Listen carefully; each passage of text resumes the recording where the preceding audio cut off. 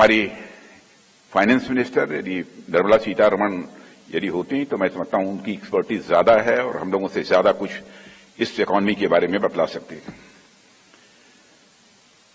लेकिन मैं एक देश का एक सामान्य नागरिक होने के नाते और भारत सरकार में एक कैबिनेट मंत्री होने के नाते अपनी तरफ से कुछ बातें आप सबके सामने मैं रखना चाहूंगा, अपने व्यूज में आप सबसे शेयर करना चाहूंगा।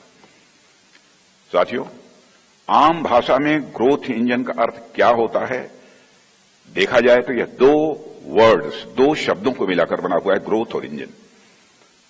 ग्रोथ का मतलब होता है बढ़ना और इंजन का मतलब एक ऐसी मशीन, एक ऐसा सिस्टम जो किसी को आगे बढ़ाए। तो ग्रोथ इंजन का अर्थ हुआ कि जो ग्रोथ को आगे बढ़ाए, इंजन के रूप में काम किया।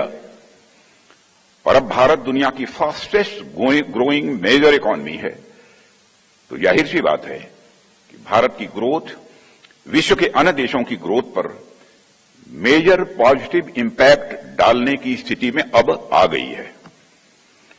इसलिए भारत को इस समय ग्रोथ इंजन कहा जा रहा है, तो मैं समझता हूं यह सर्वथा उचित है। प्रधानमंत्री श्री नरेंद्र मोदी ने मेक इन इंडिया की तर्ज पर वेड इन इंडिया का जो आह्वान किया है वो निश्चित रूप से बेहद सामयिक है। और यदि ऐसा होता है तो लगभग 1 लाख करोड़ रुपया हर साल जो विदेशों में शादियों पर खर्च होता है वो वापस हिंदुस्तान में खर्च होगा। एक मोटा अनुमान लगाएं तो लगभग 5,000 से ज्यादा शादियां वेडिंग डेस्टिनेशन के रूप में विदेशों में होती हैं। और उन शादियों पर जो इतना बड़ा खर्च होता है और जो लोग वहां पर जाते हैं वो उन विदेशों में जाकर के जो खरीदारी करते हैं वो एक बहुत बड़ा अमाउंट है।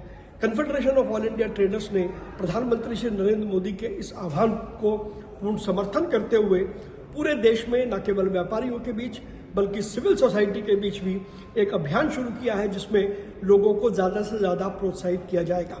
भारत में ही लगभग 100 शहरों के आसपास 2000 से ज्यादा ऐसे डेस्टिनेशन हैं जहां पर वेडिंग डेस्टिनेशन हो सकता है और शान और शौकत के साथ शादियां हो सकती हैं।